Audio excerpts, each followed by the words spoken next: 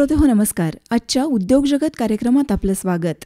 आज स्वप्नील कुलकर्णी यांची वरदा हसबनीस यांनी घेतलेली मुलाखत आपण ऐकणार आहोत. आज या मुलाखतीचा पहिला भाग प्रसारित होतोय.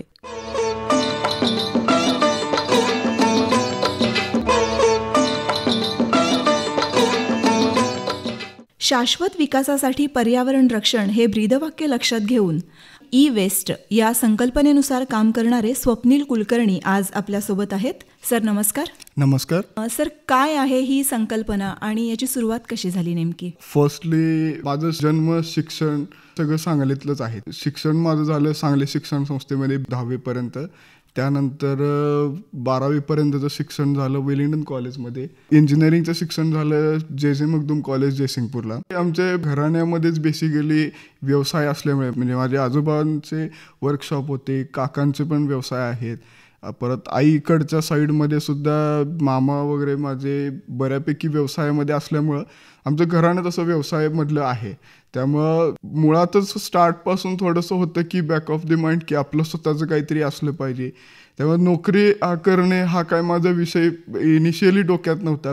जेव्हा मी इंजिनिअरिंगला होतो त्यावेळेला मला असं वाटायचं की आपण एम्प्लॉई होण्यापेक्षा एम्प्लॉयर होणं जास्त चांगलं आहे. मी 10 लोकांचा पोशिंदा होणं हे सगळ्यात जास्त चांगलं आहे. 2016ला एक एक्झिबिशन बघितलं होतं जे चिंतामणराव कॉलेजमध्ये होतं, स्टार्टअप एक्झिबिशन.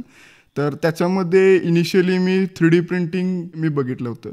त्यावेळेला नवीन स्टार्टअप इंडिया कन्सेप्ट चालू झाली होती. सो त्यामुळं थोडंसं माझं जास्त इकडच्या साईडला वळणं झालं. त्यानंतर 2017मध्ये मी पहिला व्यवसाय चालू केला 3D प्रिंटिंग आणि डिझाईन ॲनालिसिस कन्सल्टन्सीमध्ये. बेसिकली इंजिनिअरिंग ॲनालिसिस आणि त्या रिलेटेड 3D प्रिंटिंगमध्ये. 3D प्रिंटिंग हा सांगलीतला माझा पहिला व्यवसाय आहे. म्हणजे कॉलेजमध्ये असताना 3rd इयरलाच असताना मी हा व्यवसाय चालू केला. ते झाल्यानंतर कॉलेजमध्ये असतानाच माझे 4 पेटंट्स होते. पेटंट्स करताना मला लक्षात आलं की पेटंटिंग सर्व्हिसेससुद्धा किती इम्पॉर्टंट आहेत. फर्स्ट कंपनीमध्ये सुद्धा आम्ही पेटंट्स, कॉपीराईट आणि ट्रेडमार्क ह्यासुद्धा आम्ही कंपन्या त्याच्यामध्ये ॲड केल्या होत्या. त्यानंतर मेन टाईममध्ये मी काही स्टार्टअप सक्सेस स्टोरीज वाचल्या की काही वेस्ट मॅनेजमेंट स्टार्टअप्स आहेत जे किती ग्रो केले किंवा काय झाले. त्याच्यानंतर कोरोना काळामध्ये आलो 2020 साली. ज्यावेळेला कोरोना आला त्यावेळेला आपल्याला माहीत नव्हतं की आपण किती दिवस सर्वाईव्ह होणार आहे. आणि तो काळ इतका सगळ्यांसाठी खडतर होता कारण सगळ्यांची कम्युनिकेशन बंद झाली. त्यामुळं व्यवसाय बंद झाले, माणसांची दुकानं बंद झाली, सर्व्हिसेस घेणार कोण? जर व्यवसाय बंद झाले तर 3D प्रिंटिंगचं हे नाही. बरं रोज नवीन इन्व्हेन्शन होतात अशाही पद्धतीचं काही आपलं हे नाही आहे. त्यामुळं असं लक्षात आलं की एका व्यवसायावर आपलं काही भागत नाही. असं प्रकर्षानं जाणवायला आलं की मला दुसरा काहीतरी व्यवसाय करायला पाहिजे. कोरोना काळामध्ये जेव्हा TV बघत होतो तेव्हा नॅट जिओवर एक प्रोग्राम लागायचा, मनी मेल्टडाऊन नावाचा एक प्रोग्राम होता. तर त्यावेळेला त्यांनी असं दाखवलं होतं की इलेक्ट्रॉनिक्समधून त्यांनी काही प्रेशियस मेटल एक्स्ट्रॅक्ट केलेली दाखवली होती. सो मला ती आयडिया बेसिकली आवडली. जेव्हा हा मी प्रोग्राम बघितला तर त्यावेळेला मला असं जाणवलं की ई-वेस्टमध्ये कशी प्रकर्षानं गरज काय आहे. मग माझा स्टडी तिथून चालू झाला की आपल्या ई-वेस्ट जनरेशन किती आहे इंडियामध्ये, मशिनरी काय लागेल, कोणत्या प्रकारच्या परमिशन मला घ्याव्या लागतील, मग त्याचे फायनान्शियल कॅल्क्युलेशन असतील, फायनान्शियल व्हायबिलिटी असेल, मला लागणारे पैसे किती आहेत, प्रोजेक्ट कॉस्ट किती आहे, मग माल कसा घ्यायचा, कुठून घ्यायचा, कधी घ्यायचा, मग त्याला लागणारे सिस्टीम्स काय आहेत. माझी बेसिक डिग्री मेकॅनिकल इंजिनिअरिंग आहे. So being a mechanical engineer मला असं जाणवलं की बाबा ही इंडस्ट्री आहे की याच्यामध्ये आम्ही काम करू शकतो. पण आता वेस्टमध्ये प्रकार म्हणाल तर वेस्टमध्ये खूप सारे प्रकार आहेत. प्लास्टिक वेस्ट आहे, रेग्युलर सॉलिड वेस्ट आहे, मेडिकल वेस्ट आहे, व्हेकल स्क्रॅप आहेत, असे बऱ्याच प्रकारचे वेस्ट आहेत. सो स्पेसिफिक मी ई-वेस्ट निवडण्याचं कारण असं की ई-वेस्ट ही खूप क्रिटिकल आहे. प्लास्टिक समजा जर तुमचं पडून राहिलं तर मॅक्झिमम तुमचे गटारे ब्लॉक होतील, त्यानंतर रस्त्यावर पडून राहील, इकडे तिकडे कचरा होईल.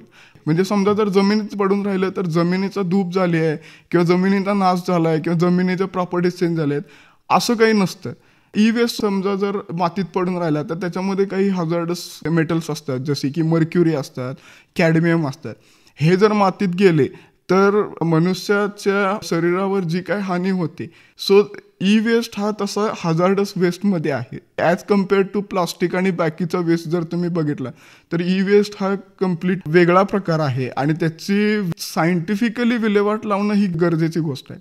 तर बेसिकली जर वेस्ट मॅनेजमेंटमध्ये म्हणला तर ई वेस्ट मॅनेजमेंटला सायंटिफिक टर्म आहे की त्याला आपण अर्बन मायनिंग म्हणतो. जसं आपण मायनिंग करून जे मेटल्स काढतो त्याप्रमाणे तुम्हाला ई वेस्ट हा माइन करून काढावा लागतो, कारण लोकांच्या घरात प्रत्येकाकडे ई वेस्ट असतो. जेव्हा कोरोना काळामध्ये सगळ्यांचेच ऑनलाईन ऑफिसेस चालायला लागले, स्कूल कॉलेजेस शाळा सगळ्या ज्यावेळेला ऑनलाईन चालायला लागले, प्रत्येकाच्या हातात आता मोबाईल असतो. तर याच्यामध्ये 2 फॅसेट आहेत, बिफोर कोरोना आणि आफ्टर कोरोना. जर तुम्ही बिफोर कोरोनाचा विचार केला तर आपण एवढी रिलायबिलिटी आपली इलेक्ट्रॉनिक्स गॅजेटवर नव्हती.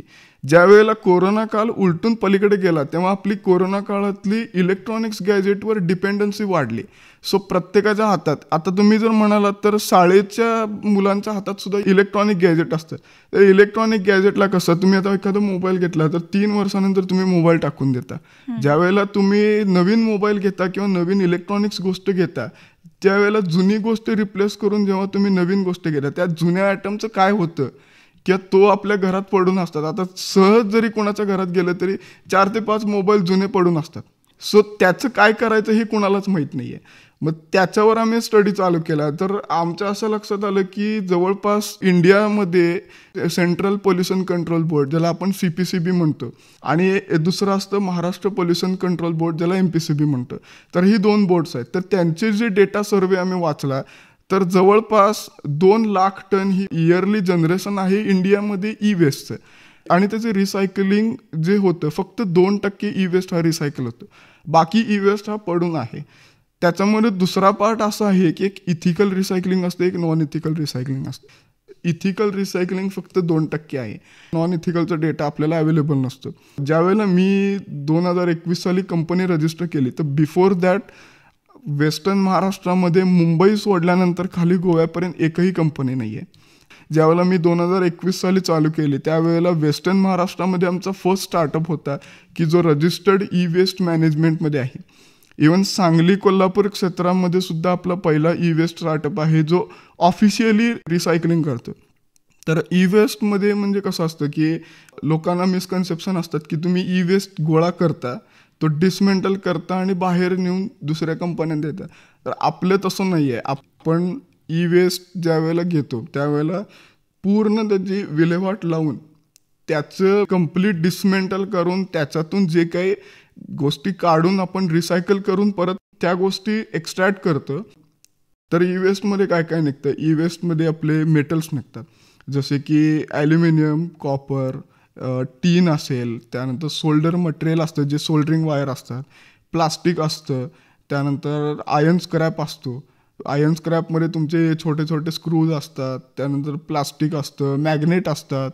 तर ह्या सगळ्या गोष्टी आपण विघटन करून हे मेटल्स एक्स्ट्रॅक्ट करतो, त्याचे इनगॉट्स बनवतो आणि ते इनगॉट्स आपल्याला मार्केटमध्ये जे रिसायकल्ड मेटल असतं आता हे मेटल्स निघतात ते आपण परत रियूजसाठी जाऊ शकतात. म्हणजे जसे फाउंड्रीजला असेल, आता ॲल्युमिनियमची तुम्ही भांडी यूज करता किंवा ॲल्युमिनियमच्या N नंबर ऑफ गोष्टी असतात ज्या आपण यूज करतो, तर त्याला जे रॉ मटेरियल लागतं त्यालाही डायरेक्टली मटेरियल जातं.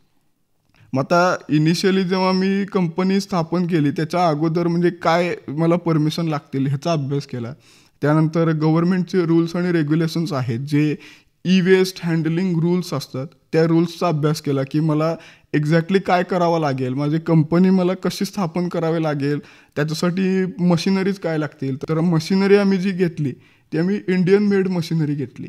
समजा जर मी इम्पोर्टेड टेक्नॉलॉजी घेतली तर त्याचं मेंटेनन्स समजा जर आला तर तो मेंटेनन्स करणार कोण, असा एक मुद्दा आला.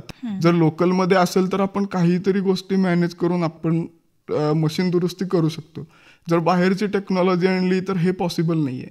परत दुसरा असं आहे की जर आपण मेड इन इंडिया टेक्नॉलॉजी वापरली तर जे काही लोक इथली लोक जी मशिनरी तयार करतात त्या लोकांना पण आपण बिझनेसला चालना देतो. तो सो हा एक प्रश्न आहे. मेड फॉर इंडिया आणि यूज फॉर इंडिया असं जो आहे.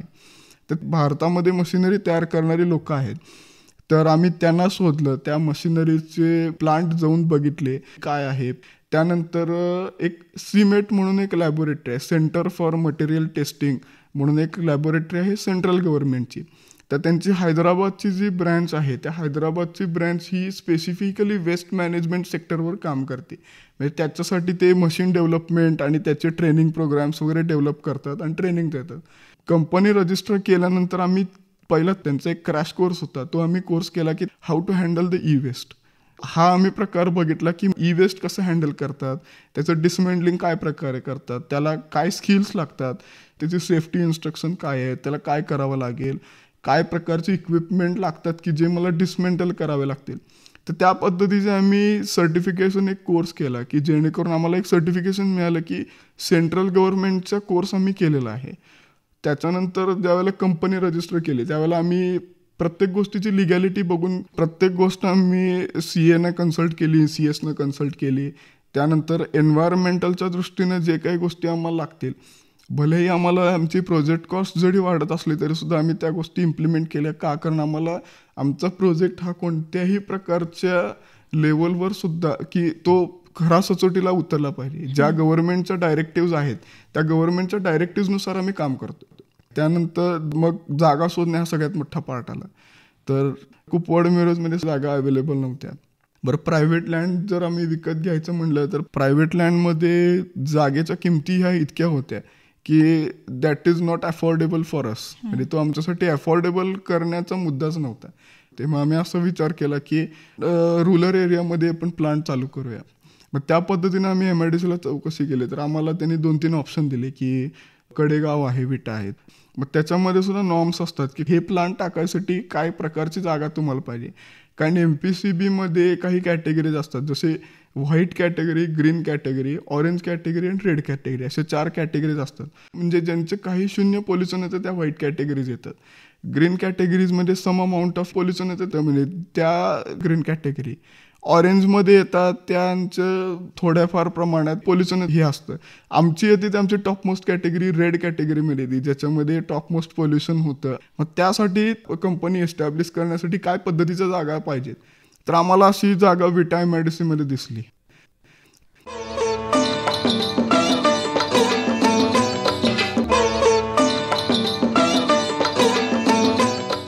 स्वप्नील कुलकर्णी यांची वरदा हसबनीस यांनी घेतलेली मुलाखत आपण ऐकलीत. आज या मुलाखतीचा पहिला भाग प्रसारित करण्यात आला. या मुलाखतीचा दुसरा भाग जरूर ऐका येत्या गुरुवारी सकाळी 9:15 आणि आता आजच्या कार्यक्रमात मला निरोप द्या. पुन्हा भेटू. नमस्कार.